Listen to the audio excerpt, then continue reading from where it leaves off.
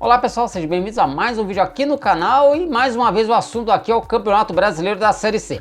Série C que está aí com a sua nona rodada em andamento, chegando à metade da sua primeira fase. Neste sábado tivemos a disputa de 5 partidas, né? Na sexta-feira foram outros 2 jogos, incluindo aí clássicos estaduais, duelos regionais.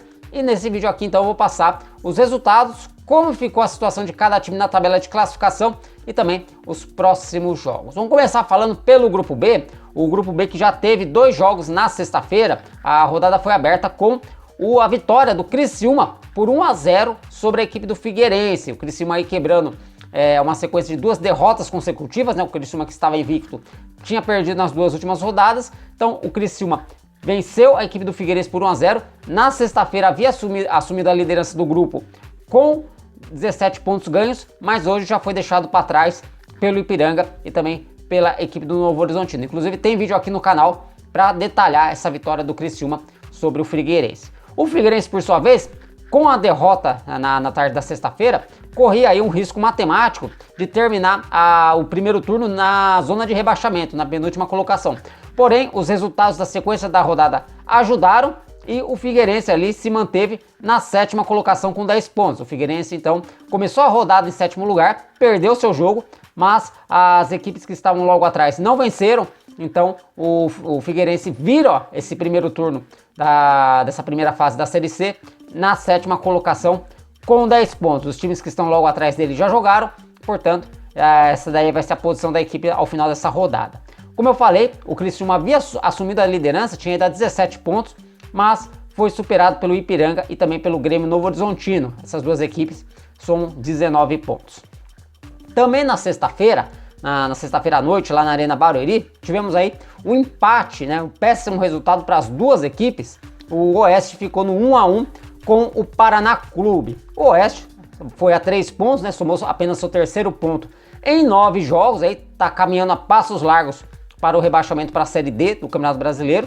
No momento ele está a 5 pontos atrás do primeiro time fora da zona de rebaixamento, que é o próprio Paraná Clube. O Paraná, que havia começado a rodada na penúltima colocação, ele havia começado com 7 pontos, alcançou a pontuação do São José, que também tinha 8 pontos, mas superou a equipe de Porto Alegre no saldo de gols. Então, apesar do empate, né, de ser um resultado aí ruim contra a equipe última colocada, o Paraná Clube pelo menos se safa aí da zona do rebaixamento nessa virada de turno.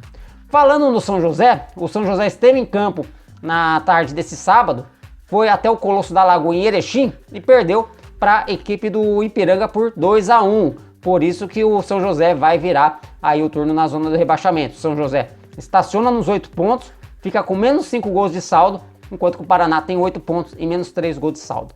Já a equipe do Ipiranga recuperou a liderança, né? A liderança que havia sido perdida na véspera para o Criciúma. O Ipiranga ali foi a 19 pontos, 6 vitórias no campeonato, né? São 6 vitórias, um empate, 2 derrotas e 8 gols de saldo. E o saldo de gols está sendo muito importante aí nesse grupo B.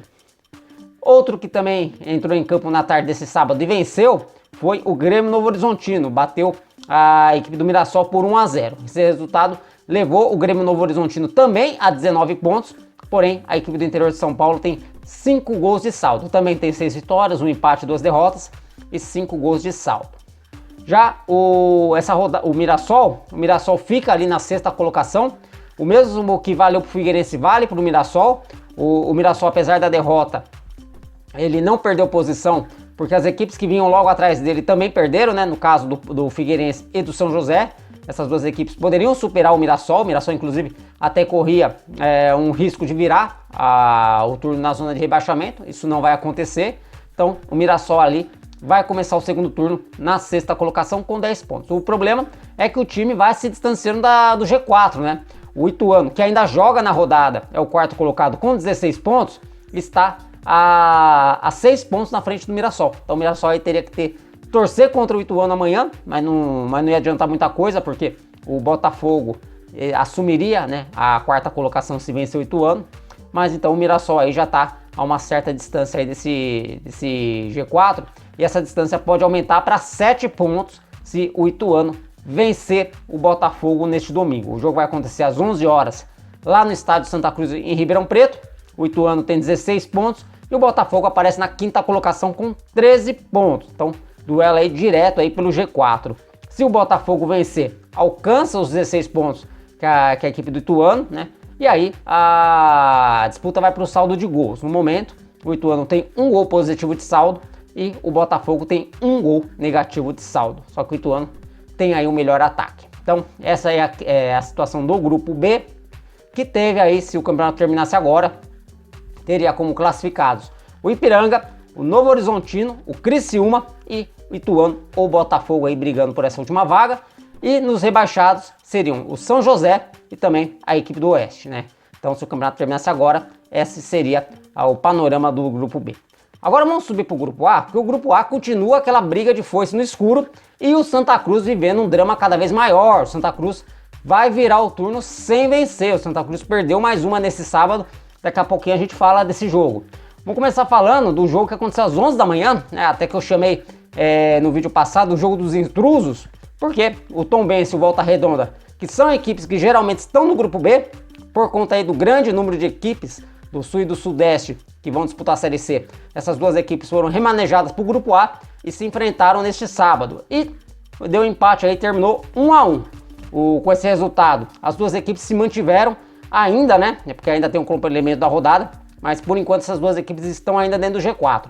O Tombense tem 14 pontos, o Volta Redonda também 14 pontos. Porém, os dois podem ser superados aí pelo Paysandu e pelo Altos. O Paysandu joga fora de casa contra o Manaus e o Altos vai receber o Jacuipense. Portanto, o Tombense e a equipe do Volta Redonda, que se enfrentaram nessa rodada, podem sair de mãos dadas do G4. Olha que coisa tá esse grupo A.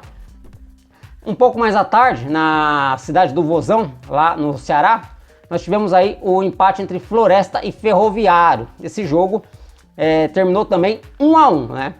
Com esse resultado, o Ferroviário acabou perdendo a liderança, né? Foi superado pelo Botafogo da Paraíba nos critérios de desempate. O Ferroviário, que era líder isolado, então permitiu a aproximação do Botafogo. Ele ainda pode ser também alcançado pelo Paysandu, que tem 12 pontos. Então o Ferroviário aí teve esse leve tropeço jogando fora de casa. Já o Floresta, a situação é pior, né? O Floresta, que vencia até o final do jogo, né? Sofreu empate no final da partida. O Floresta vai a 10 pontos, porém pode virar o turno na zona de rebaixamento. Para isso acontecer, basta o Jacuipense vencer o Altos, né? Esse jogo vai ser lá no Albertão. Então, se o Jacuipense vencer o Altos, o Jacuipense, que tem 8 pontos, vai a 11 e deixa o Floresta para trás, deixa o Floresta na zona de rebaixamento e pode ainda ultrapassar o Manaus, né? Se o Manaus perder para a equipe do Paysandu, então o Jacuipense pode ganhar aí 2 posições. Então, essa é a situação das duas equipes cearenses.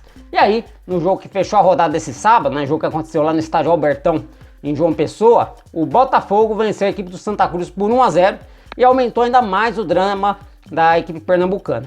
O Botafogo, com essa vitória, como eu falei, foi a 15 pontos, aos mesmos 15 pontos que o Ferroviário, porém tem melhor saldo de gols. O time paraibano tem 5 gols de saldo contra apenas 1 gol de saldo da equipe do Ferroviário. Já o Santa Cruz segue com apenas 3 pontos, e a situação dele é até pior do que a do Oeste. Apesar dos dois times terem 3 pontos ganhos, a diferença do Santa Cruz para o último time fora da zona de rebaixamento são de 7 pontos. Então, para sair da zona de rebaixamento, o Santa Cruz precisaria aí de 3 rodadas vencendo, né, dando tudo certo para ele. E também precisaria aí que o Floresta aí tropeçasse por 3 rodadas e o Jacuipense é a mesma coisa, né? Então, a situação do Santa Cruz agora para esse segundo turno é muito, muito complicada e o time precisa ter aproveitamento de líder, precisa ter aquele aproveitamento que teve no segundo turno da temporada passada para conseguir fugir do rebaixamento. A rodada desse grupo vai ser completada então neste domingo. O Altos recebe o Jacuipense, jogo às 16 horas no estádio Albertão. O Altos tem 11 pontos, se vencer ele vai aos 14 que tem o Tombense e o Volta Redonda, mas supera as duas equipes no número de vitórias. Todos os times esses dois times que estão no G4 têm 3 vitórias, o Altos também tem 3 vitórias, mas se o Altos vencer vai a 4 vitórias e ultrapassa essas duas equipes. Já o Jacuipense, né, como eu já falei, soma aí 8 pontos e se vencer ultrapassa o Floresta e também pode acabar aí ultrapassando a equipe do Manaus. Falando no Manaus, o Manaus joga às 17 horas lá na Arena da Amazônia, recebendo a equipe do Paysandu. O Manaus aí que é o 7º colocado com 10 pontos, no momento está apenas 2 pontos acima da zona do rebaixamento, mas se vencer, pode entrar também, aliás, o Manaus não entra no G4, né, por conta aí do empate do Volta Redonda e Tombense. O Manaus, se vencer, ficaria a 1 ponto do G4. Já o Papão soma 12 pontos, se vencer vai a 15 e termina a rodada dividindo a liderança com o Botafogo e também com a equipe do Ferroviário. Bom, pessoal, então essas as informações que eu tinha para trazer para você, um resumo aí desse início de 9ª rodada.